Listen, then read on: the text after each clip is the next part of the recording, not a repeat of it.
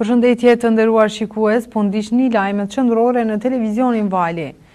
Kryetari i komunës së Gjilanit, Lutfi Haziri, në mënyrë simbolike ka bërë sot hapjen e fushatës së korrjeshirjeve. Me këtë rast, kryetari Haziri ka thënë se qëllimi i komunës është që t'i inkurajojë bujqit që të punojnë tokat e tyre, pasi siç tha ai, Gjilani është nga komunat e rralla. Presidenti i Kosovës Hashim Thaçi me anë të një postimi në Facebook ka shkruar se është një ngjarje e hidhur e ditës. Aksidenti tragjik në Gjilan ku humbi jetën një qytetar dhe u lënduan shumë të tjerë është ngjarje shumë e hidhur e ditës së sotme. Familjes së të ndjerit i shprehim ngushëllime të thella, të lënduarve u dëshirojmë shërim të shpejtë. Dukuria e aksidenteve në komunikacion është shqetësuese. Kërkojmë nga institucionet e sigurisë që t'i rrisin masat e kontrollit, që të mos përsëriten aksidente tragjike me jetë njerëzish dhe dëme të tjera materiale, ka shkruar Hashim Thaçi në Facebook. Kryeministri i Kosovës Ramush Haradinaj ka folur lidhur me aksidentin që ka ndodhur në Gjilan, ku sipas informacioneve bëhet fjalë për një të vdekur dhe 10 të lënduar. Ai ka bërë të ditur se ka folur menjëherë pas aksidentit me kryetarin e komunës së Gjilanit Lutfi Haziri dhe se është bërë ditur se situata është nën kontroll. Është një aksident me përmasa të mëdha, kam diskutuar me kryetarin e komunës, situata është nën kontroll dhe do të qëndrojmë afër në këtë rast, tha Haradinaj. Edhe zëvendës kryeministri i Kosovës, Fatmir Limaj, ka reaguar pas aksidentit i cili ndodhi sot në Gjilan. Limaj ka shprehur ngushëllime familjes së personit që ka humbur jetën, ndërsa të lënduarve ju ka uruar shërim të shpejtë.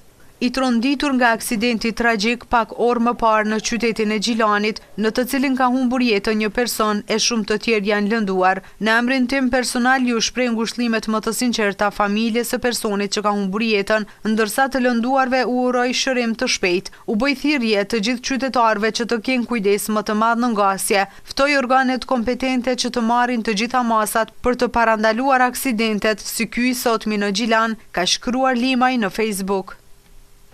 Edhe kryetari i Kuvendit Kadri Veseli ka reaguar lidhur me aksidentin e rënd në Gjilan. Veseli në një postim në rrjetin social Facebook ka shkruar se është i tronditur nga ky aksident, duke i ngushëlluar familjen e viktimës.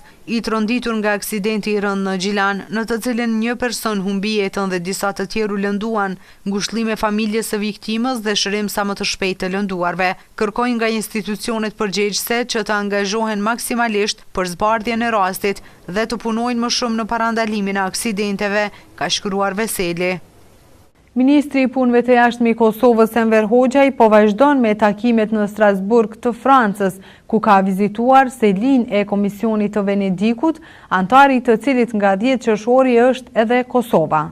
Në orët e pasdites ka ndodhur një aksident i rënd trafiku në qytetin e Gjilanit, ku një kamion ka humbur kontrollin në një distancë nga stacioni i autobusit deri tek rreth rrotullimi, duke goditur përgjatë rrugës automjete, por edhe pemë derisa është ndalur. Policia, automjetet e ndihmës së parë, por edhe të zjarfikseve menjëherë kanë dalur në vend ngjarje.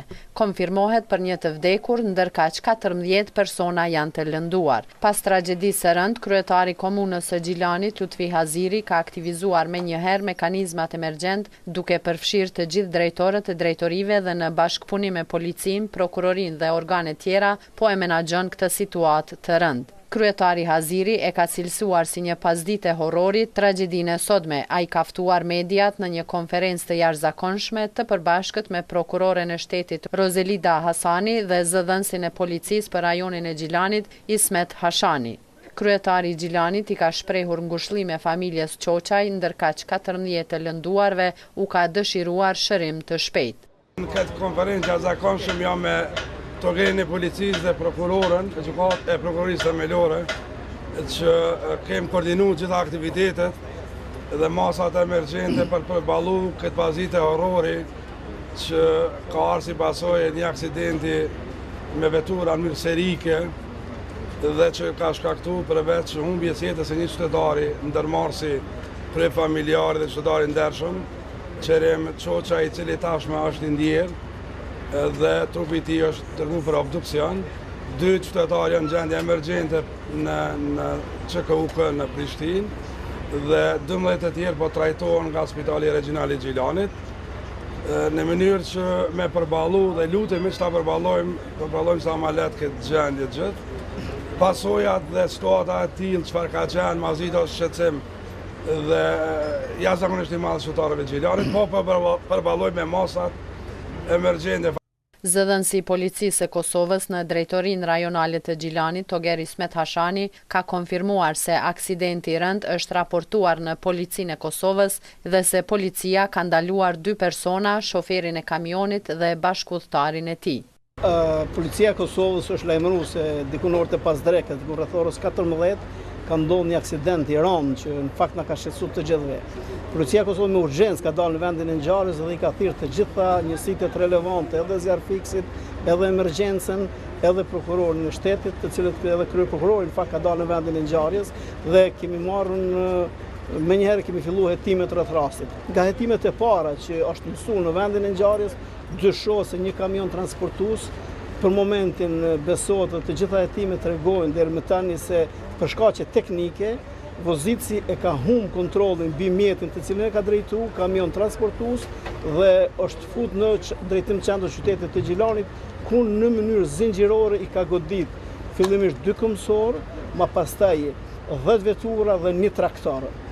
Damet materiale janë të konsiderueshme, por më e keq është se një person fatkeqësisht edhe përkundër ndihmës edhe përkundër përpjekjeve që kanë bërë mjekët e Gjilanit, ai ka humbur jetë si pasojë e plagëve të marrë në aksident. Deri më tani, në bazë të informatave që i kemi, 14 persona janë të trajtuar në qendrën emergjente të Gjilanit, ndërsa së paku 2 janë dërguar në qendrën klinike universitare në Prishtinë. Ndërsa prokurorja në Prokurorinë Themelore të Gjilanit, Rozelida Hasani, ka shprehur ngushëllimet për familjen Çoçaj me rastin e humbjes së kryefamiljarit dhe ka uruar shërim të shpejtë personave të lënduar në aksident. Sa i përket rastit, i sqaroj edhe zoti Hashani, personi i dyshuar është ndaluar, tash sa e kemi mbaruar intervistën, ndërsa për hetimet e tjera do të bëhen ekzaminimet edhe veprimet e tjera hetimore. Për tjerat do të jeni informuar. Tutje, kryetari bashkë me prokuroren e shtetit dhe zëdhënësin e Policisë së Kosovës ka mbajtur konferencën e dytë në lidhje me rastin e aksidentit tragjik. Është adresimi i dytë që ne sot zbashku me prokuroren e rastit, nga Prokuroria Themelore e Gjilanit dhe Togerin që përfaqëson Policinë e shtetit, po adresojmë gjendjen në Gjilan, po shkon drejt sanimit pas këtij akti herori edhe horrori që kemi kalu si qytetar. Unë në ora 12 kom aktivizu masat e emergjencës, si pas ligjit, shkallën e parë, dhe me këtë moment i uli të req masat e tila në pikën më hershme. Fatkeqësisht gjendja është e tillë, një qytetar ka humbur jetën, 2 në gjendje të ranë në SHKUK në Prishtinë dhe 12 tjerë po trajtohen dhe po monitorohen nga Spitali i Gjilanit.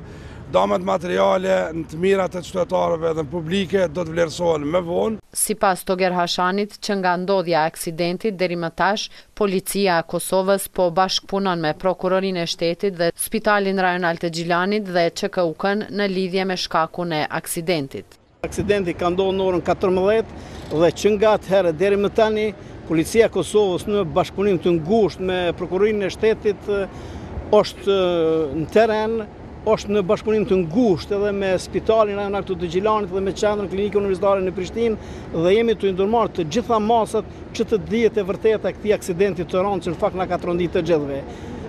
Jam shumë i bindur që Prokuroria e shtetit ka më dhënë detale rreth hetimeve që janë të vazhduar këtu edhe nga Policia e Kosovës, edhe në bashkëpunim të ngushtë me Prokurorinë e shtetit dhe besojmë shumë që edhe në vazhdim do të keni informata të detajshme lidhur me ecurinë e këtij rasti të rënd që na ka trondit të gjithëve. Kurse Prokuroria e shtetit, Rozelida Hasani, tha se deri tash në bazë të hetimeve nga Prokuroria, aksidenti ka ndodhur për shkaqe teknike të kamionit. Prokuroria Themelore në Gjilan, në momentin që ka marrë informatën për aksidentin e ndodhur, kemi dalë në vendin e ngjarjes, kemi vizituar në spital të lënduarit dhe si informat fillestare e kemi që për shkak të aspektit teknik ka ndodhur ky aksident, frenave gjithsesi.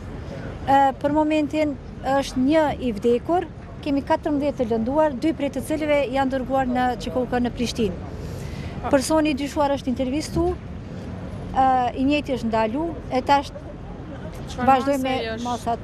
Çfarë mase është fillimisht? Tash është ndaluar, kur bëhet kërkesa, pastaj shuhem gjykatë. Rasti vazhdon të hetohet nga mekanizma përkatës.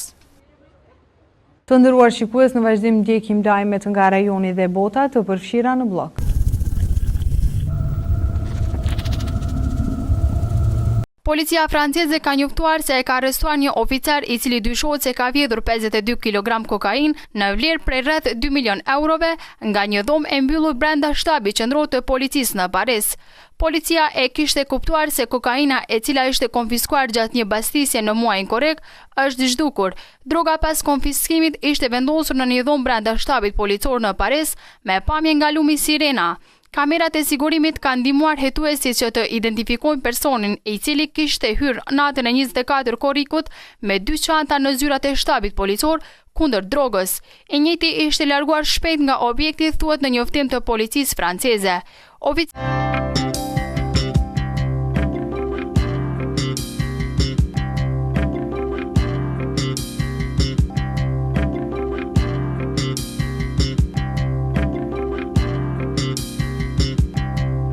Shikues të nderuar, këtu po përfundojmë këtë edicion të lajmeve. Unë ju falenderoj për vëmendjen tuaj, mirupafshim.